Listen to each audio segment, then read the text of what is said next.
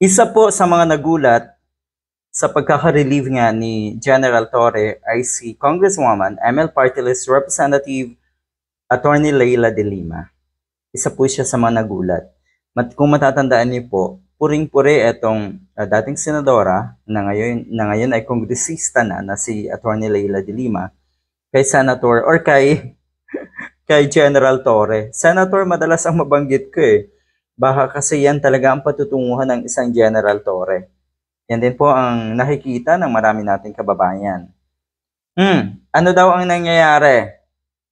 You better have a good reason in doing that to a very popular, much appreciated, and high-performing PNP chief. Yan ang sabi po ni former Senator de Lima. Dapat may rason kayong maganda. Pero sa mga reactions kasi, sa mga nakikita rin kay General Torre, mukhang wala namang bitterness na matatawag, walang hinanakit. Parang wala lang kay General Torre ang nangyaring ito, yung kanyang pagkakatanggal nga bilang PNP chief. At kamakailan, bumisita nga itong si General Torre kay Representative or Congresswoman de Lima sa kanyang kaarawan. 'Di ba? May namuong pagkakaibigan dahil ang mga tao talagang may matuwid na hangarin para sa ating bansa at may malinis na layunin para sa ating bansa. Ay talagang magkakakilanlan yan eh. Magkakaramdaman yan. Ramdam na ramdam ni Senator de Lima na may mabuting hangarin ang isang ito. Etong si General Torre.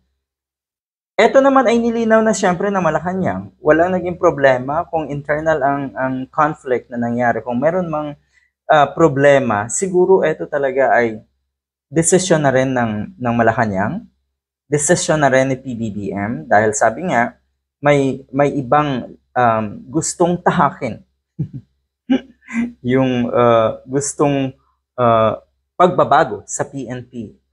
Etong si PBBM, may gustong pagbabago. Yan.